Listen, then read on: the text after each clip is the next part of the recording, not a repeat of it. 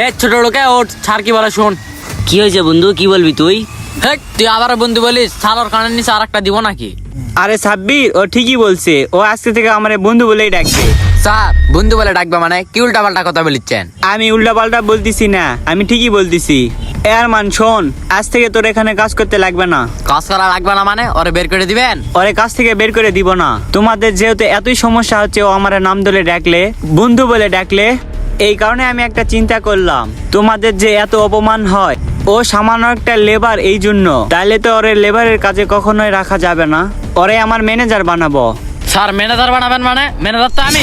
হ্যাঁ, তুমি ছিলে, আর এখন থেকে তুমি আর থাকবা না। যেখানে আমার বন্ধু আমাকে তুই বলে আর তোমাদের সমস্যা হয়, সেখানে তোমার মতন ম্যানেজার আমি আর রাখবো না। আমার বন্ধুরে আমি আমার ম্যানেজার বানাবো। কিরে আরমান, আমার ম্যানেজারের দায়িত্ব পালন করতে পারবি না? হ্যাঁ দোস্ত, পারবো তো। স্যার, আমরা এতদিন ধরে আপনার কাছে কাজ করলাম, আর আপনি আমাদের দিকটা না দেখে ওরে ম্যানেজার বানিয়ে দিলেন।